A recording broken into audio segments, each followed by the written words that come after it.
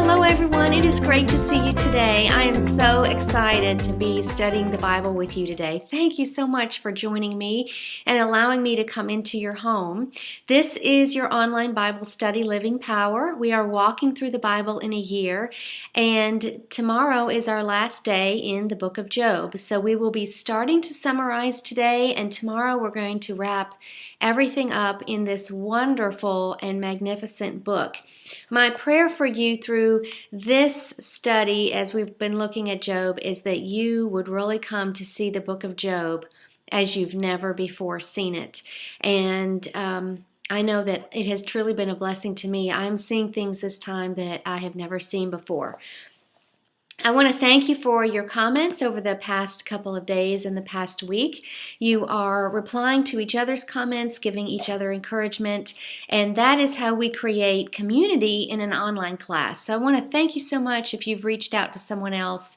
You truly are a blessing to many people in the class. Thank you so much for doing that. Okay, today is January 30th, and over the last couple of days, we have been introduced to a new character in the book of Job, Elihu. Elihu is evidently a fourth friend that has been with Job and the friends the whole time, but he's not said anything up until now. He's been very quiet. So this is he's begun to speak over the past couple of days, and we got to learn just a little bit about him. Now, today is exciting because today we're going to hear from God himself. And our verse today is Job 38, verse 1. Then the Lord answered Job in the storm. And I've entitled the lesson today, Counting the Clouds, for two reasons. The first is I want us to talk about the importance and the meaning of God coming in a whirlwind. And secondly, I'm going to end the lesson today with a very interesting couple facts about snow and the intricacy and detail in the creation of simple snow that God brings to the earth. So today we're going to count the clouds.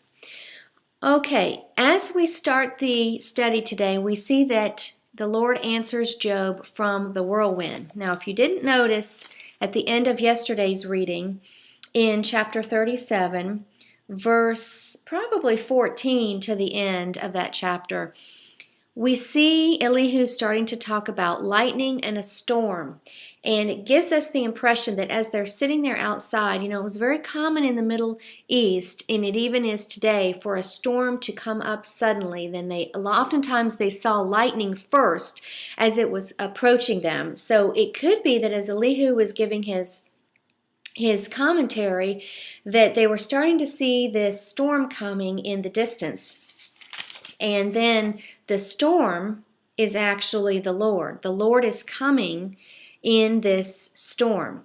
Now, God comes in a storm into our lives, and he speaks to us very strongly sometimes through the troubles that we have in this world. Sometimes God comes in the sunshine. Sometimes he speaks to us through prosperity and times of blessing. It really just depends on our susceptibility to hear him. Do we hear him stronger in trouble, or do we hear him stronger in prosperity?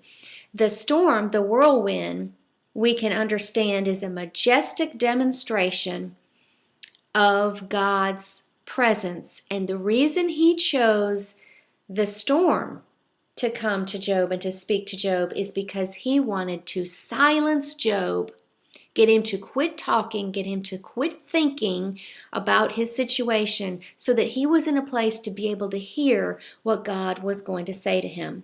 A whirlwind typically signifies judgment, and we learned that in Psalm 50, verse 3. So as God comes before Job, he wants him to be in a receptive place to hear what God has to say.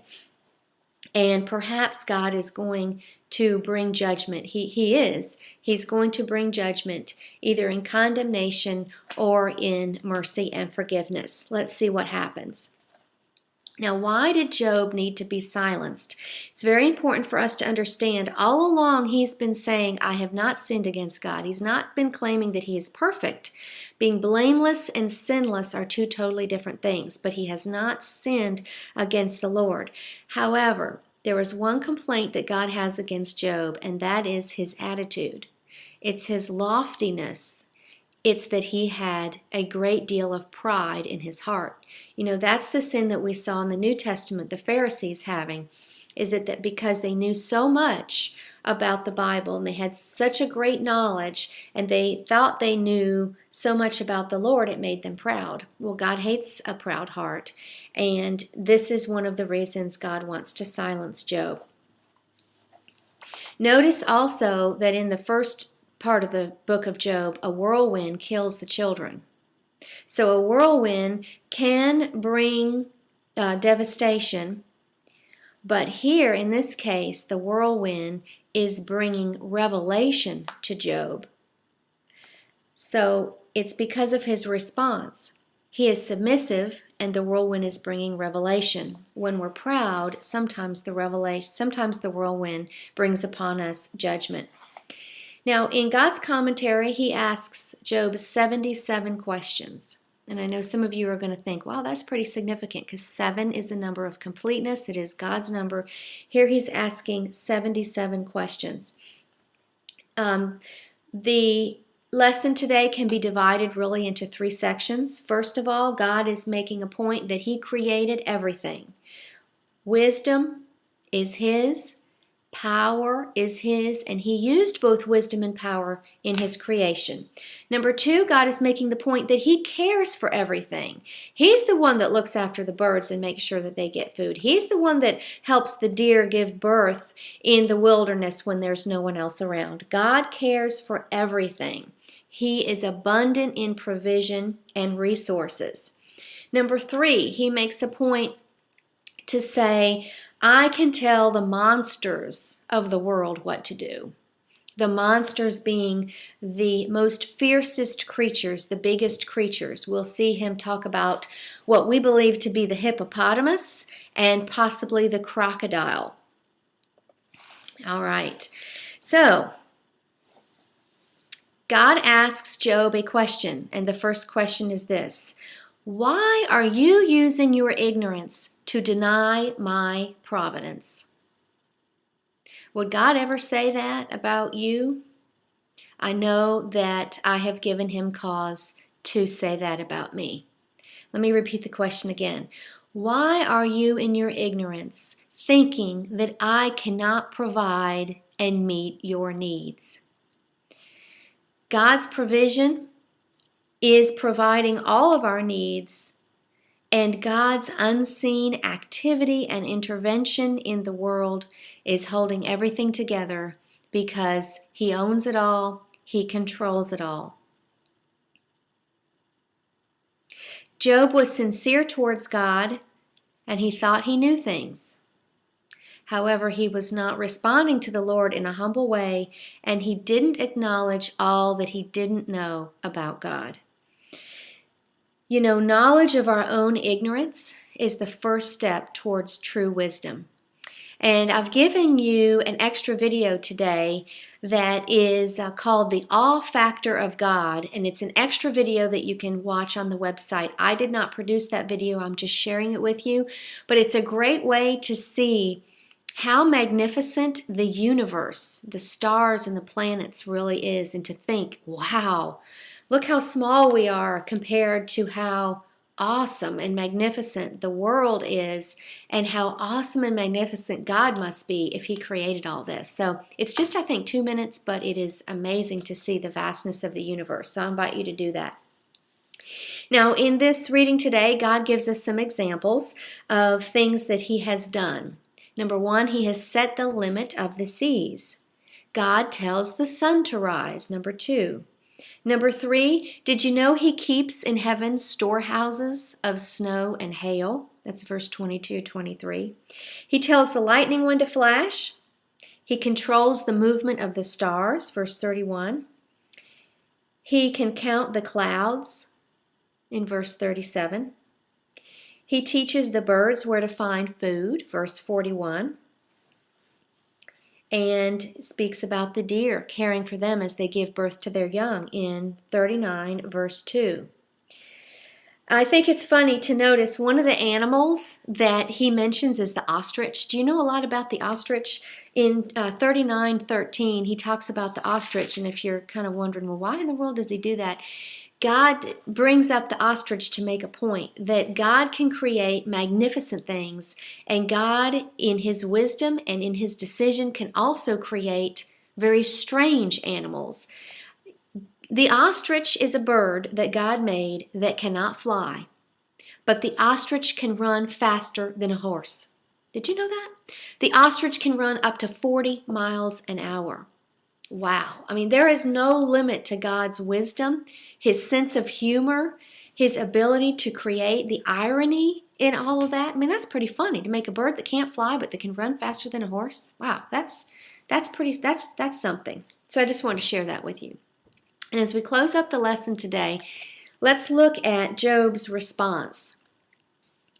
What does Job respond? How would you respond if God is saying this to you? What are you thinking right now as you are just thinking about the magnificence of the Lord? In Job 40, verse 4, Job says, I am nothing. How could I ever answer you? I will cover my mouth with my hand.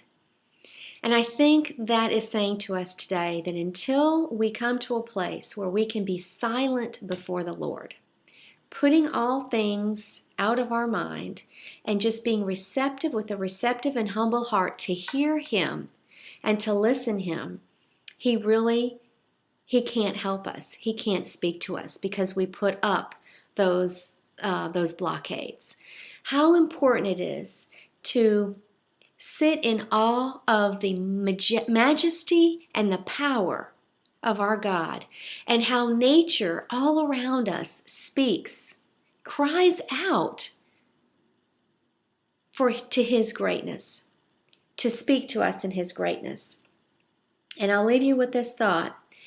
Job in this whole book has asked to speak twice to God. He did it in chapter 10 verse 2 and chapter 23 verse 4. Did you notice that God twice invites him into discussion? God twice invites him in response to Job's request to speak to God. He invites him to come. And God does that in 38:3 and 47. How true is that of God today, that every time we want to speak to God, He is there. Every time we want to talk to Him, He will listen, for He always wants for us to be a part of His life, and He wants to hear everything and be in complete dialogue and be in communion with us every minute of the day. We serve an awesome God, and we serve a loving God who desires relationship with us. Well, I pray that this lesson has been a blessing to you today. Thank you so much for spending time with me. You don't want to miss tomorrow's lesson because God has more to say, and tomorrow we're going to wrap up the whole book of Job. Have a great day. Shalom, everybody. Blessings to you. See you tomorrow.